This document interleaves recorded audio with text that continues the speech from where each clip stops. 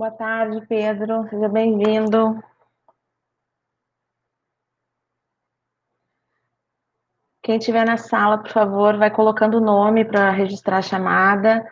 Caio, Júlia, Miguel, Góes, Clara. Não esqueçam de colocar o nome, tá, pessoal?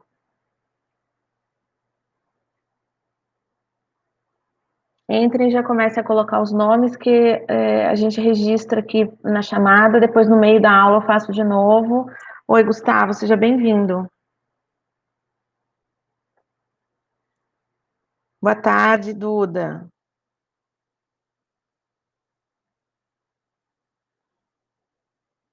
Então, ó, Maria Eduarda, Gustavo, Clara, Miguel, Júlia, Caio e Pedro.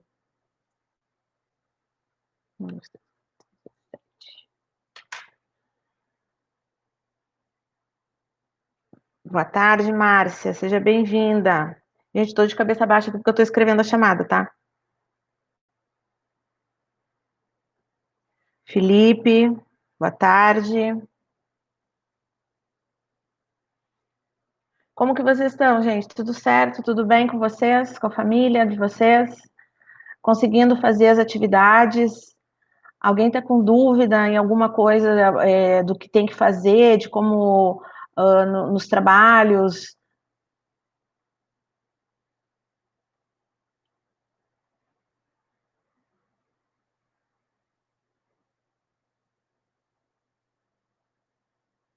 Bom, repetindo, para não fugir à regra, a internet está com sobrecarga, pode ser que trave, pode ser que a gente fique. Oi, Rafael, seja bem-vindo. Está anotado aqui.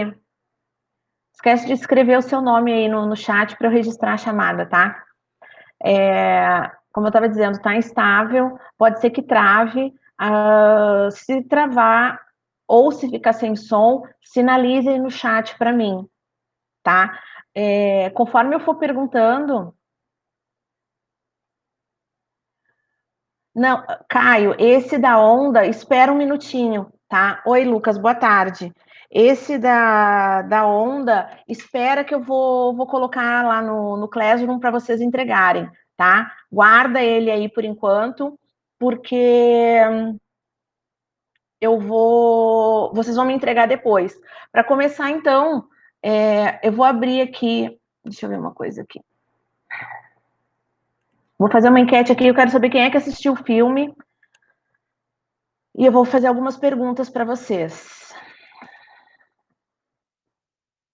Espera aí.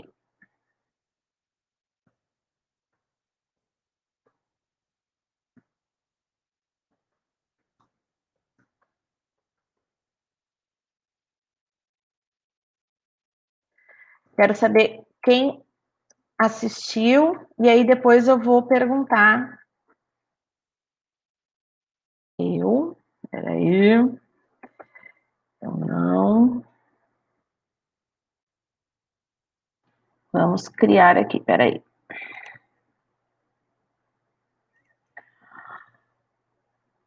Vou abrir a enquete e vou botar na tela, tá? Espera aí, deixa eu ativar o bate-papo aqui. Ah, o Matheus está assistindo. Oi, Matheus, seja bem-vindo.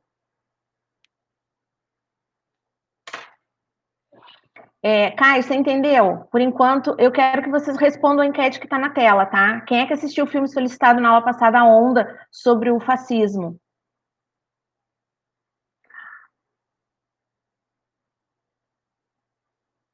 Gente, eu preciso que vocês interajam comigo no chat, tá?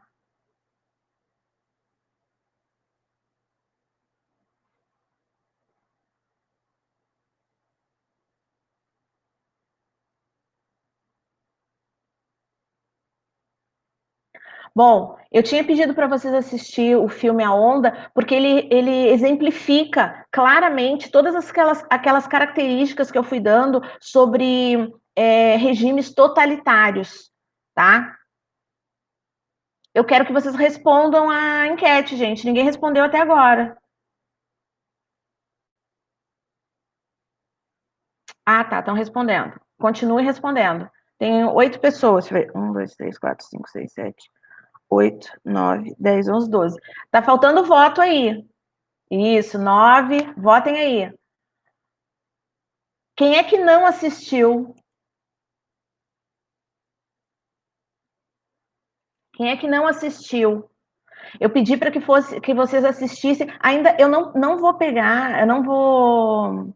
Tranquilo, Caio. Eu não vou pedir para vocês entregarem, eu não coloquei ainda o link lá para entrega, porque vocês estão entregando atividade complementar, então para não confundir vocês, e porque a gente hoje vai ver o capítulo 11, que ainda é o fascismo desculpa, é o fascismo na Alemanha e o fascismo na Espanha. Então ainda tem mais uma semana para vocês poderem assistir o filme e fazer o que eu pedi. Para quem não estava na última aula, eu pedi para assistir o filme A Onda.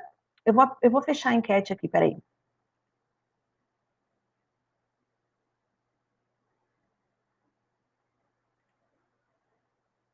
Aí assim fica melhor. Deixa eu publicar o registro. Ó, a maioria não assistiu o filme. Eu preciso que vocês assistam para que vocês entendam e possam fazer a atividade que eu pedi, tá, gente? Então, tem mais uma semana. Opa, não fechou a enquete aqui, peraí. Aqui. Pronto. Então, eu preciso que vocês assistam o filme para reforçar toda a explicação que eu dei semana passada sobre os regimes totalitários, sobre como se instaura um governo fascista, como que vai acontecer o fascismo na Itália. A gente viu semana passada Itália e Portugal. Essa semana a gente vai ver Alemanha e Espanha. A Alemanha ela é um pouco mais complexa, porque o nazismo ele ganhou uma proporção que não ganhou nos outros países. Não é que não tenha sido importante nos outros países. Importante, grave e violento. Mas o nazismo ganhou uma dimensão muito. Ah, gostou, Caio? Eu imaginei que você ia gostar. Você não conseguiu perceber todas as características que eu falei na aula sobre os regimes totalitários da Itália e de Portugal? Não estão lá no filme? É isso que eu quero que vocês me digam. Em qual cena vocês conseguem identificar, tá? Então, hoje nós vamos trabalhar o capítulo 11, que fala da Alemanha e fala da Espanha. Vou compartilhar a tela. Oi, Eduardo, seja bem-vindo. Tá? Quem está com a apostila, capítulo 11, acho que é página 21, se eu não me engano, tá? É sobre fascismo na Alemanha e na Itália. Aqui, ó. Deixa eu baixar aqui. Alemanha e Itália, não, estou insistindo, Alemanha e Espanha. Vou compartilhar a tela. Hoje tem bastante informação, tá? Porque o nazismo ele foi uma estrutura bem complexa, bem enraizada, vamos dizer assim, que foi se criando por conta do final da Primeira Guerra Mundial. A Alemanha vai ser culpabilizada, vai ser responsabilizada por todos, pela grande maioria dos acontecimentos, das perdas da Primeira Guerra. Então, no Tratado de Versalhes, ela vai ter uma série de obrigações a cumprir, uma série de indenizações a pagar. Então, ela vai entrar em processo de crise econômica, tá? Lembre que eu falei, o regime totalitário ele precisa de um campo fértil de crise. Ele precisa de uma estrutura de crise para poder os grupos começarem a ouvir um discurso radical, diferente do democrático, do discurso democrático, tá? Então, eu vou botar na tela aqui e a gente começa a. Não esqueçam que eu gostaria que vocês copiassem, tirassem foto para depois passar para o caderno, tá, gente? Eu queria isso anotado.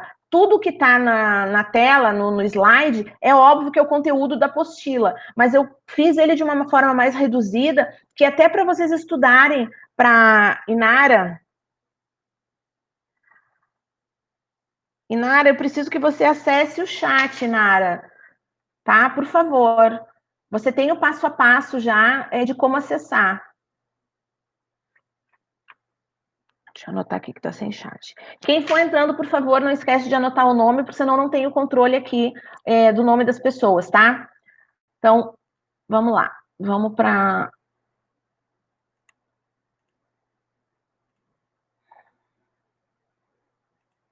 Então, a gente vai ver, tá? Fascismo da Espanha e da Alemanha, capítulo 11. Ah, eu botei franquismo e nazismo, porque franquismo faz referência ao líder Francisco Franco, que vai ser o líder do fascismo na Itália. De novo, não é Itália, é Espanha. Espanha. Bom, com o fim da Primeira Guerra, deixa eu voltar aqui para eu poder acompanhar vocês no chat. Espera só um minutinho. Aqui. Bom, com o fim da Primeira Guerra, a Alemanha vai mudar o sistema de governo, tá? Ela era uma monarquia, o rei Guilherme II vai abdicar do trono e vai nascer, então, a República de Weimar. A República de Weimar é um novo regime de governo, tá? Deixa de ser monarquia e passa a ser uma república.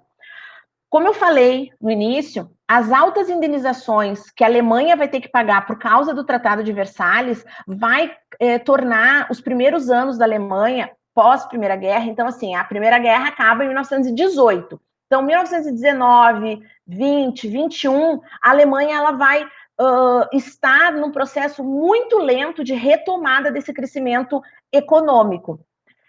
Lembrem quem é o país que vai proporcionar isso, não só para a Alemanha, para todos os países da Europa, tá? É os Estados Unidos. Então, os Estados Unidos vai emprestar dinheiro para a Alemanha se reconstruir economicamente e vai emprestar dinheiro para a Alemanha para ela pagar as indenizações que ela tem que pagar. E não é uma só, tá, gente? Não é uma, pagou uma vez e acabou. Não. Ao longo do tempo, a Alemanha vai ter que ficar pagando como se fosse uma dívida que ela tá fazendo em prestação, tá? Então, essa insatisfação popular no início, bem no período inicial, assim, do pós-guerra, vai causar uma insatisfação popular. E o povo vai passar a culpar esse novo governo, esse novo estilo de governo republicano. Lembrem que eu acabei de falar, a Alemanha vai deixar de ser uma monarquia, porque o rei Guilherme II vai abdicar, vai nascer a república, e a partir daí, nesses primeiros anos, o povo não consegue entender a lentidão do processo que é necessária para que se reestruture depois de uma guerra do tamanho que foi a Primeira Guerra Mundial. Então, o povo vai começar a querer encontrar um culpado para isso. E vai dizer que vai tentar colocar a culpa no governo republicano. Dentro desse primeiro momento de crise, tá, os movimentos de esquerda vão ganhar uma força. Como assim? Deixa eu voltar aqui rapidinho para vocês me verem eu explicar isso. Vocês lembram que em 1917, um ano antes de acabar a Primeira Guerra Mundial, a gente passou pela Revolução Russa e os ideais socialistas começaram a se espalhar pelo mundo. A ideia de divisão de classe começou a se espalhar. Nesse momento, pós-guerra, na Alemanha, a população, os trabalhadores, eles estão tentando encontrar um culpado para a crise. Eles entendem que a Primeira Guerra foi ruim para todo mundo, mas eles não concordam da Alemanha ter sido culpada sozinha por todo o caos que se instaurou. Tá? Então, eles não conseguem compreender a dimensão da dívida que a Alemanha tem. Então, eles começam a culpar o governo republicano que se instaurou.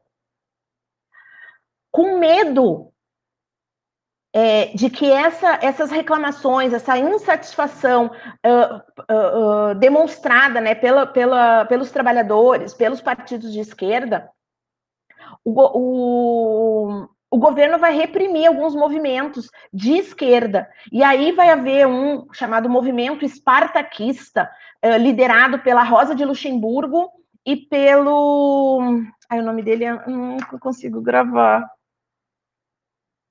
É Karl Lichten, não sei o quê. Eu vou botar na tela, eu não sei falar aquele nome, é Liebenstein, não sei o quê. Vou botar na tela, vocês vão... É Karl, tá? É Karl e Rosa Luxemburgo. Karl e Rosa Luxemburgo, são os dois líderes do movimento espartaquista. Esse movimento espartaquista é um movimento de esquerda, comunista, que vai começar a questionar as ações do governo. Com medo dessa revolução se transformar numa revolução socialista, no porte do tamanho da Revolução Russa, esse movimento vai ser oprimido, tá? Os líderes vão ser presos e assassinados. Eu vou voltar para a tela para vocês poderem copiar. Ou tirar foto, não sei. Ah, tá aí, ó. É Karl Liebknecht.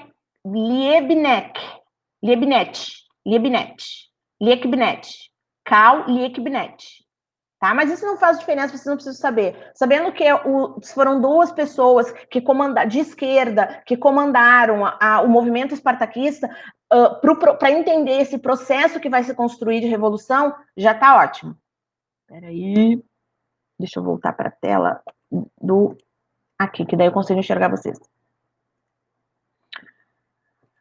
Então, esse movimento vai ter os líderes reprimidos. Bom, em 1920 vai nascer o Partido Nazista, baseado naquela mesma ideia que a gente viu de um momento de crise, o discurso vai mudar, o discurso mais radical vai mudar. Então, em 1920 vai nascer o Partido Nazista, Hitler vai se filiar nesse mesmo ano e logo em seguida ele se torna um líder desse partido. Do lado direito, em cima, tem a foto da fundação do partido. O Partido Nazista se forma nesse momento aí, com essa formação, com esse número de pessoas, tá? Os nazistas vão criar mecanismos de repressão, 2 mecanismos de repressão importantes. SA, que é a tropa de assalto. Deixa eu voltar para cá, para ver se vocês estão me perguntando alguma coisa. SA, que é a tropa de assalto, que eles vão. Essa tropa de assalto, esse SA, vai funcionar da mesma maneira que os camisas negras lá de Mussolini, que a gente viu na aula passada, que aqueles caras que se vestiam de preto, que marcharam sobre Roma para poder mandar.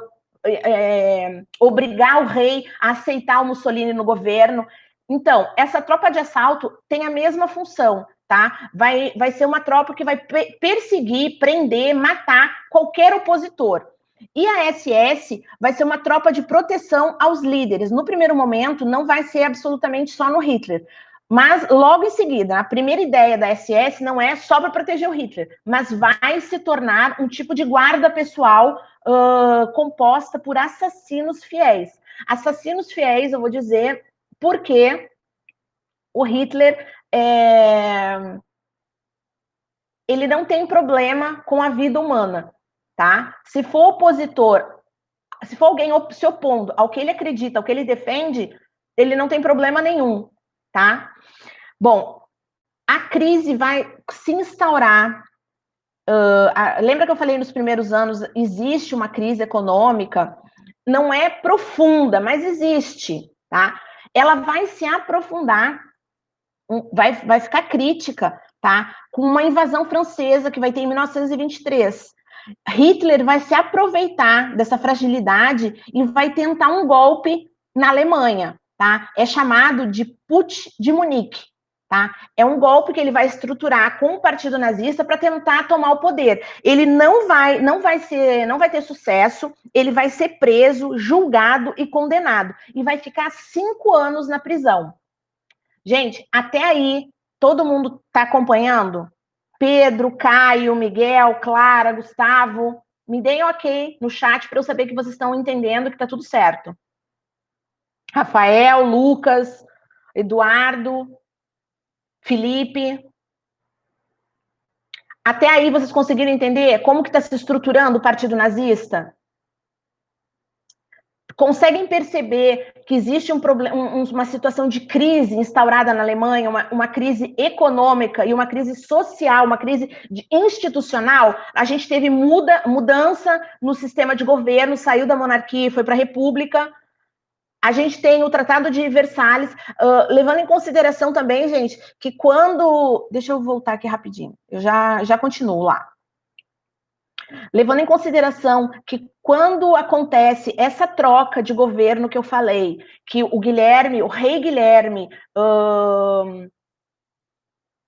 abdica do trono, renuncia, e aí nasce a República de Weimar, é esse novo governo republicano da República de Weimar que vai negociar o acordo de paz que vai chegar no Tratado de Versalhes. Então, a informação que a população tem é de que esse novo governo, tá, republicano da República de Weimar, ele é responsável também por esse tratado, porque ele aceitou as condições impostas pela no Tratado de Versalhes, pelas outras nações. Entenderam? Então tá, vou compartilhar a tela então agora.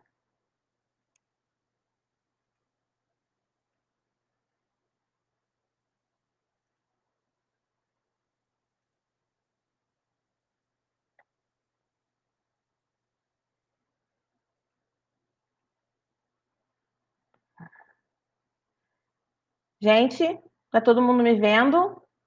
Travou? Parou?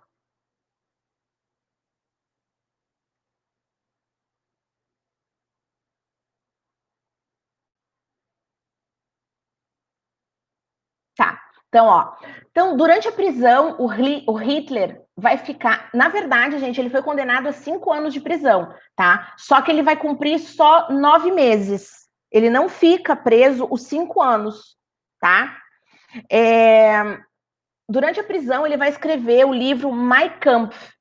Esse livro vai ser a base de orientação política do regime nazista. Gente, vocês estão me acompanhando? Vocês estão me ouvindo? Tá tudo certo?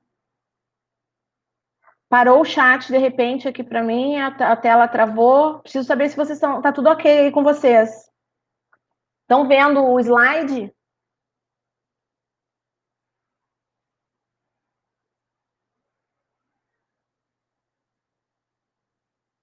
Beleza, então bora. Tranquilo, então vamos, gente. Durante a prisão, Hitler vai escrever esse livro, tá? Que vai servir como base para a construção do regime nazista que a gente conhece, que está registrado historicamente, tá? Então, de 24 até 1929, a Alemanha vai ter uma economia mais ou menos estabilizada por conta daqueles empréstimos que eu falei dos Estados Unidos, tá? Então, de 19, do final do início de 19 até 1924, vai ter um período de crise econômica. De 24 a 29, são 5 anos, a Alemanha vai ficar mais ou menos estável. Então, o discurso do Hitler não vai ganhar, não vai ter poder nesse período de 24 a 29, porque a economia está estabilizada. Tanto que ele vai se candidatar e ele não vai conseguir chegar aos cargos mais importantes na Alemanha nesse período. Ele só vai conseguir ser escutado em 29, quando a Bolsa de Valores de Nova York quebrar. A situação econômica da Alemanha vai voltar a ficar muito ruim e vai aí então surgir espaço para o discurso totalitário do Hitler. Gente, no livro Mein Kampf, ele vai defender as teorias do antissemitismo, da superioridade da raça ariana, do nacionalismo, vai defender o racismo e vai escrever pela primeira vez sobre a teoria do espaço vital. Essa teoria do espaço vital é muito importante que vocês compreendam para que faça sentido a ideia do nazismo. A teoria do espaço vital, ela define que a Alemanha vai ter direito a um território grande, um território único, onde todos os povos de origem germânica viveriam sob um único império. Então, isso vai justificar o Hitler querer tomar território atrás de território, quebrando o Tratado de Versalhes. Quem é que lembra no Tratado de Versalhes, quando a gente viu Primeira Guerra Mundial, que diz que a Alemanha não podia invadir território, que ela tinha que desmilitarizar as fronteiras dela exatamente para evitar que ela fosse avançando de mansinho para cima de um outro território. Então, Caio, pois é, nessa teoria do espaço vital, ele está dizendo que ele precisa de um território para que ele possa construir um império de raça pura, tá? Ele acha a superioridade ariana é a superioridade da raça germânica pura, branca, 100% branca. Manuela Manuela, a aula era 1 hora, Manu. Olha o relógio. Vou anotar seu nome aqui, mas está atrasada.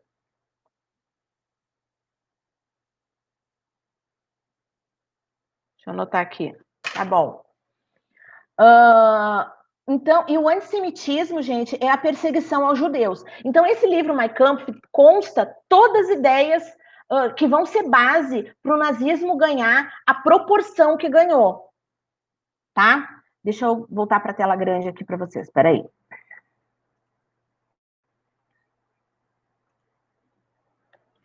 Bom, aproveitando da crise, o Partido Nazista vai começar a divulgar as ideias do Hitler, dando ênfase aos humilhantes tratados de paz estabelecidos pelos países europeus. Aquilo que eu falei no início da aula, tá? O Tratado de Paz foi assinado pelo governo novo, pelo governo republicano. Então, como está tudo em crise, os Estados Unidos, mais uma quebra a bolsa, então ele não vai, então, a poder ajudar.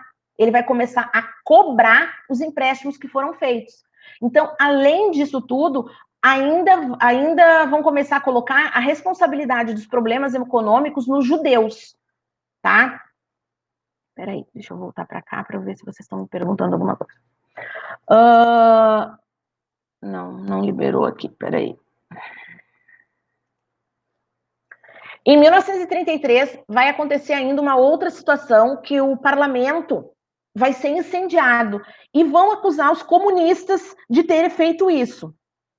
Começa a ter uma série de perseguição que vão ser características do governo nazista. Lembra que eu falei no início que existia um movimento espartaquista, os grupos de esquerda eram perseguidos. Então, por isso, gente... Peraí, deixa eu voltar. Aqui. Por isso que é um pouco absurdo a gente pensar que o nazismo foi um movimento de esquerda. Em nenhum momento o nazismo, as ideias do Hitler são completamente contra qualquer projeto de esquerda, tá? Então, eles perseguiam os esquerdistas, como está sendo usado o termo agora, tá? Eram perseguidos, os comunistas eram perseguidos, eles foram culpabilizados pelo incêndio do parlamento. Deixa eu voltar para a tela aqui, que eu não estou conseguindo ver.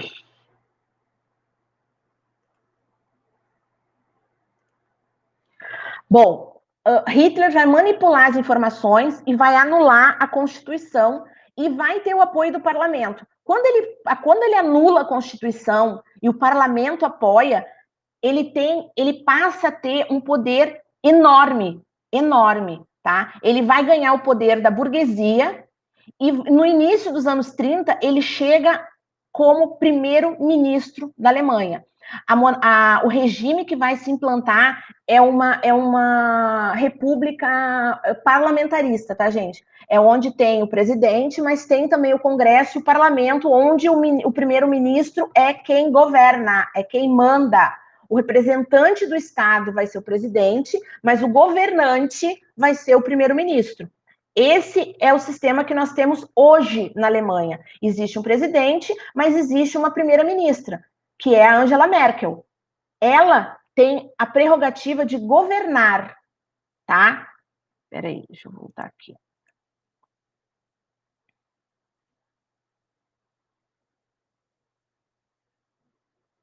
Gente, vocês estão me vendo?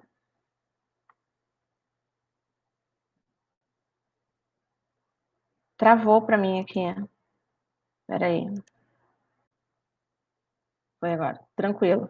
Tranquilo. Aqui para mim tinha travado. Tá? Então, voltando aqui ao assunto. Naquele momento, tá? Quando Hitler chega ao posto de primeiro-ministro, ele passa a ter um controle muito grande, um poder muito grande nas mãos. Mas ainda existe. Travou, Felipe? Para mim está normal aqui. Mas ainda existe um problema, porque o Hitler ele não tem o apoio do exército. Ele vai chegar ele vai chegar como... Sim, porque eu tive que recarregar, Clara, porque estava travado para mim. Mas tá tranquilo, vamos seguir o baile, tá? Bom, ele vai chegar ao governo como primeiro-ministro, tá? Ele não tem o apoio do exército. Por que ele não tem o apoio do exército? Por causa daqueles dois órgãos criados pelo nazismo, a SS e a SA. Por conta do tamanho da violência e por conta do tamanho que ganhou essas duas organizações, o exército teme, o exército e o presidente, tá? Que é. Peraí que eu já digo o nome dele, que eu não gravei o nome dele. Hindenburg, tá? É o Marechal Hindenburg. O Marechal e o Exército, eles temem que essas forças, esses dois órgãos, tomem uma proporção e sobreponham o poder do Exército, tá? Então, deixa eu compartilhar a tela aqui de novo para eu continuar a explicação para vocês. Então, como eu falei, ele vai tem a queima do parlamento, tem aqui ele como assumindo como primeiro-ministro, tá? Ele é esse carinha aqui, ó, do cantinho aqui, tá?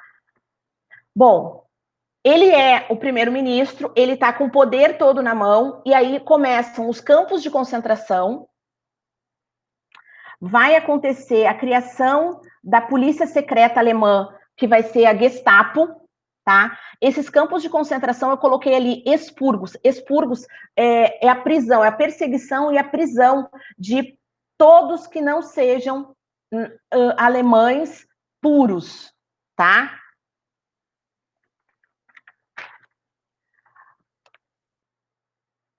Então, ai, peraí. Então, os judeus, os democratas, os comunistas, os anarquistas vão passar a ser excluídos dos cargos públicos. O Hitler, ele passa a controlar politicamente a Alemanha. Agora não é só mais a parte do discurso ideológico, não. Agora ele tem o poder político na mão. Ele, como primeiro-ministro, ele vai centralizar. Lembrem que eu acabei de falar para vocês que ele queimou, ele anulou a Constituição e teve o apoio do parlamento. Então ele passa a ter um poder gigante, tá? Então eu botei ali, ó, SA, tropa de assalto, eles tinham 2 milhões de soldados. Então, o Marechal Hindenburg, ele se sentia ameaçado por essa tropa de assalto, tá? Para conseguir a confiança desse exército, que era fundamental ter o apoio militar, vai acontecer a chamada Noite dos Longos Punhais. Dentro do próprio partido, dentro do próprio grupo SA, o Hitler vai mandar matar 3.000 pessoas, praticamente, tá? Essa Noite dos Longos Punhais vai acontecer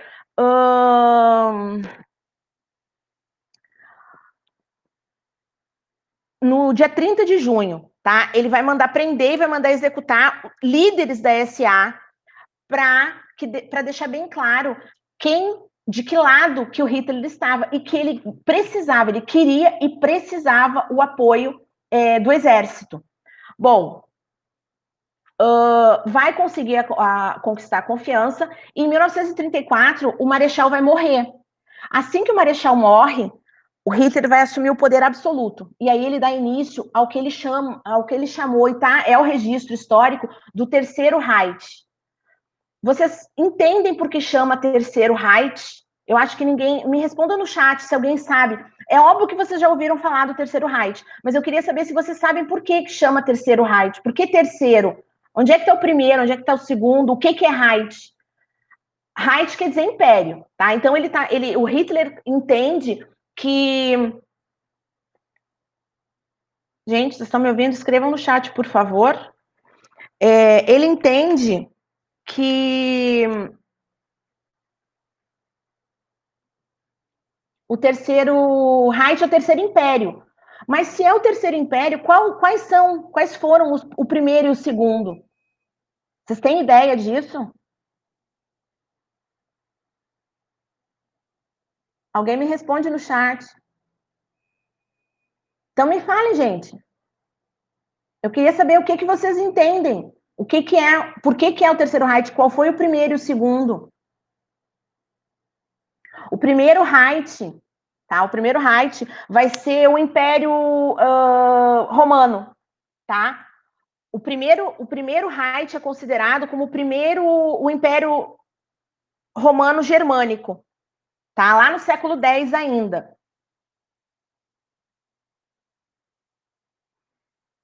O segundo vai ser a unificação da Alemanha, tá? De 1871 até 1918, quando acaba a Segunda Guerra Mundial e o rei abre mão do trono. O terceiro, porque ele era só ele. Clara, sim, só ele no comando, mas é o terceiro, Clara, por causa que já aconteceram dois. Eles consideram que já houveram antes 2 outros impérios. O primeiro, lá ainda no Império Romano, Germânico, com a invasão dos bárbaros, tal, no século X ainda, tá? E o segundo vai ser de 1871 até 1918, quando acaba a Primeira Guerra Mundial. No momento que a Alemanha, que deixa de ser Império Germânico e passa a ser a Alemanha, que tem as guerras das unificações, nós vimos isso no ano passado. Acontecem as guerras das unificações, quando se forma a Alemanha, eles entendem que a Alemanha é um império. A estruturação, a formação do país é um império. Por isso que chama Terceiro Reich, porque ele entende que já houveram outros 2 impérios, tá? Deixa eu ir para cá para a gente dar prosseguimento. Espera aí.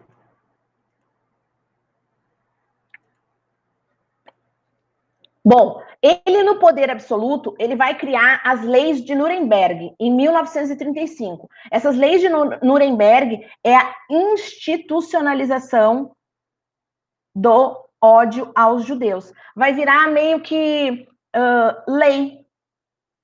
Não é meio que.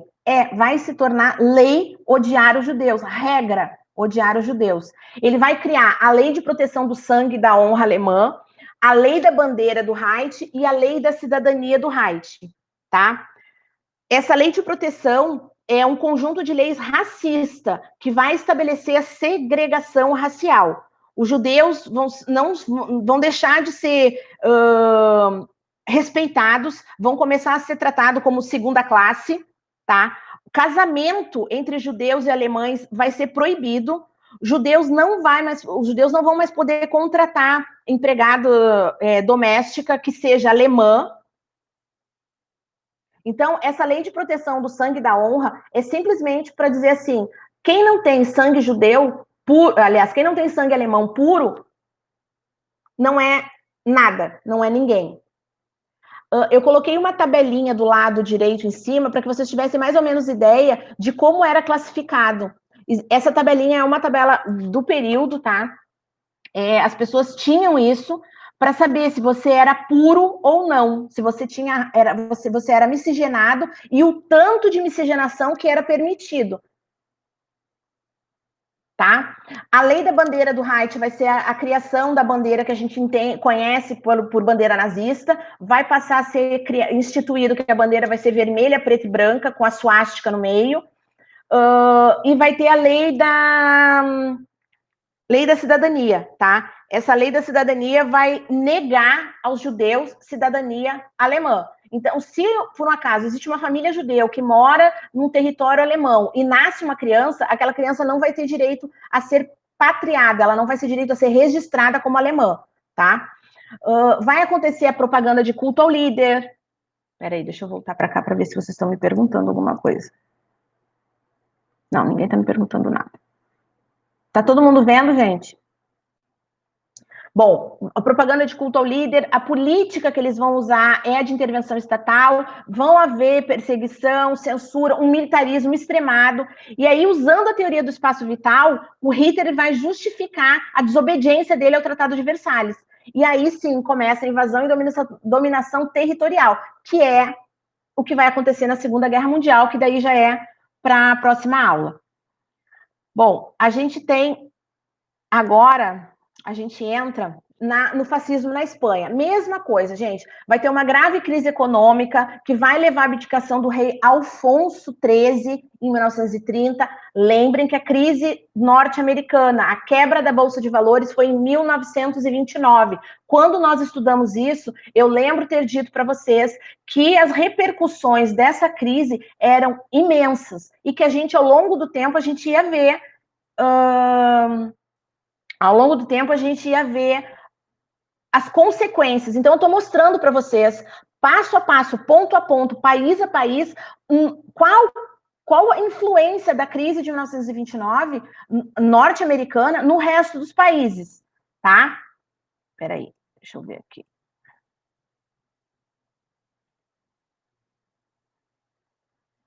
Então, vai ter a crise, vai surgir um novo governo comandado por uma burguesia liberal.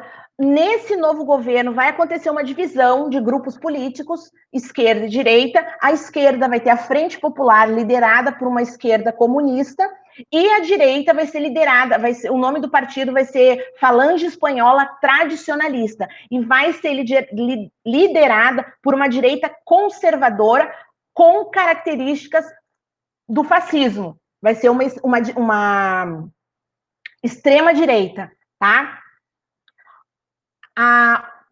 A Espanha vai ser governada pela esquerda até 1934. Então, de 30, quando acontece um surgimento de um novo governo, tá? Quem vai governar o país vai ser a esquerda, até 34. Em 34, os grupos de direita vão tomar o poder, vão governar até 1936.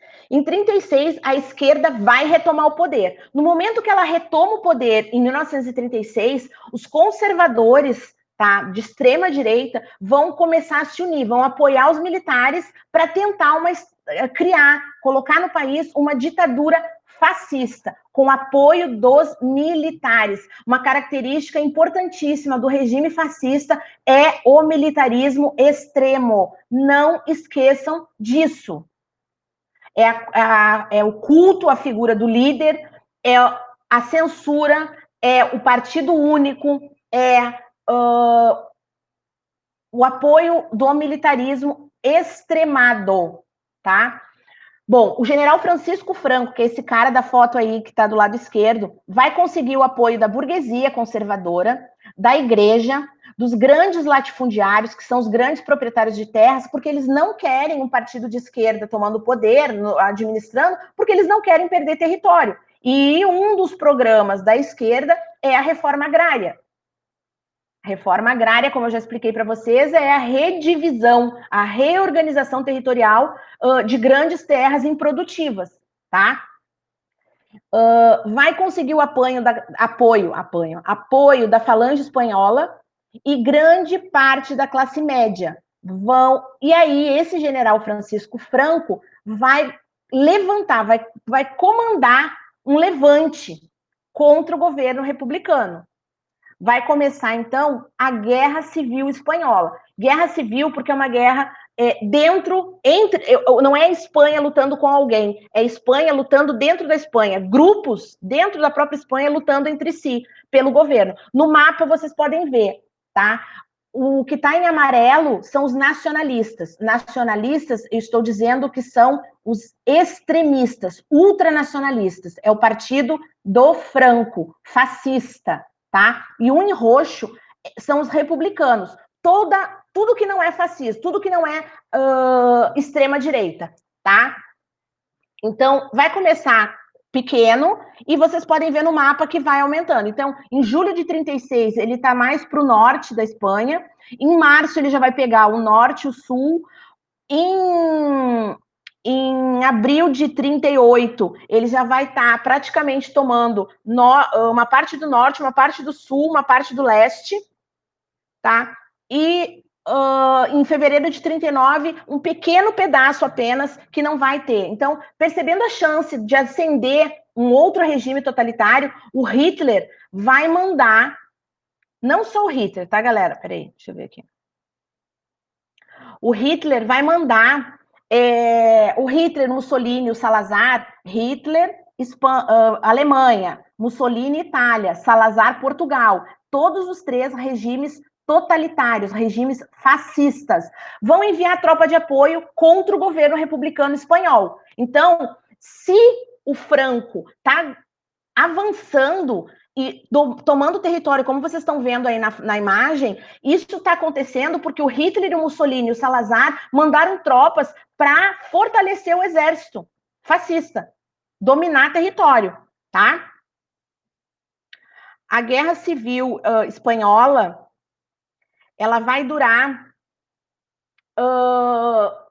até 39, tá? Essa disputa espanhola vai ganhar proporções internacionais e vai se tornar sinônimo de campo de treinamento. Por quê? Eu não acabei de dizer que o Mussolini, o Hitler e o Salazar mandaram exércitos para o território espanhol para combater o Partido Republicano, as ideias republicanas, para fortalecer um regime totalitário. Então, na cabeça desses líderes, eles tinham que, quanto mais eles se fortalecessem, maior seria a chance deles expandir essas ideias pelo mundo. A gente está falando de um momento pré-Segunda Guerra Mundial.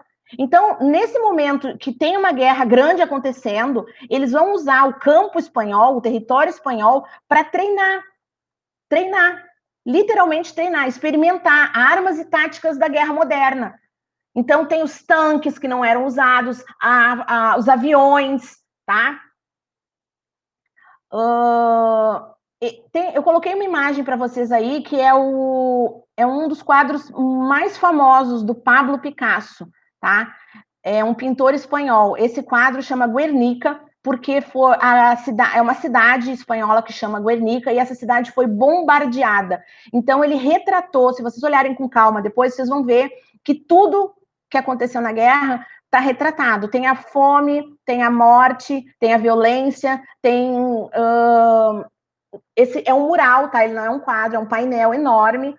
Então, esse quadro, além de ser um ícone da Guerra Civil Espanhola, é um símbolo do antimilitarismo mundial e da luta pela liberdade do ser humano, tá? A Guerra Civil vai terminar em 1939 com a vitória dos ultranacionalistas, com a vitória do regime fascista, tá? E esse regime fascista vai governar a Espanha até 1973, quando novamente vai acontecer uma revolução para que seja restaurada a democracia na Espanha. Anotem aí para casa os exercícios.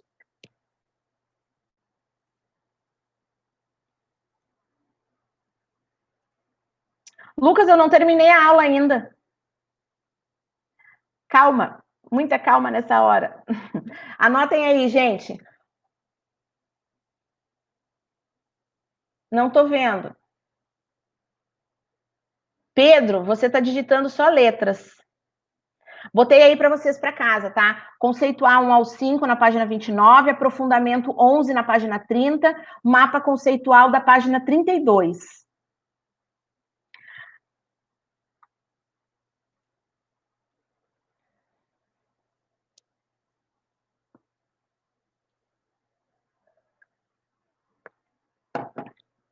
Gente, vocês... alguma dúvida? É muita informação, tá? Vocês precisam entender que esses 4 líderes, eles representam a ideia do que é o fascismo, de como se instaura o fascismo. Gente, vocês estão me vendo? Travou. Som, ninguém responde.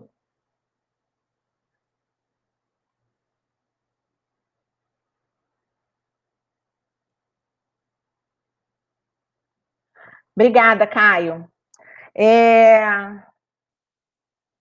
Ficou claro, então, que esses 4 líderes encontraram países desestruturados economicamente, politicamente, institucionalmente, e a partir disso, o discurso extremista ganhou espaço.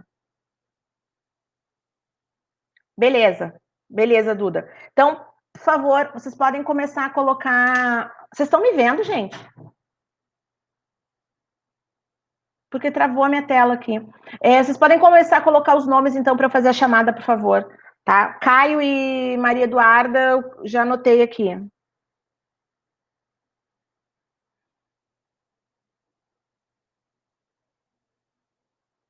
Júlia, Márcia, Miguel,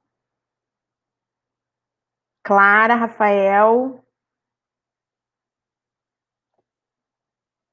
Lucas também já anotei, tá? Foi o primeirinho lá, com pressa de acabar a aula. Já tá anotado.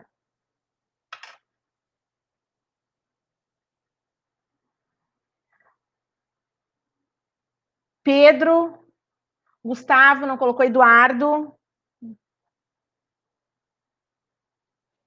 Inara, Rafael já foi. Manuela, não tá faltando. Felipe, Gustavo, Miguel já foi. Felipe tá aí ainda? Felipe e Gustavo, são os dois únicos que faltam. Valeu, Felipe. Felipe, conseguiu entender tudo? Ficou alguma dúvida? Clara, você também? Obrigada, Lucas, já anotei. Valeu. Ana Luísa não colocou o nome no início da aula.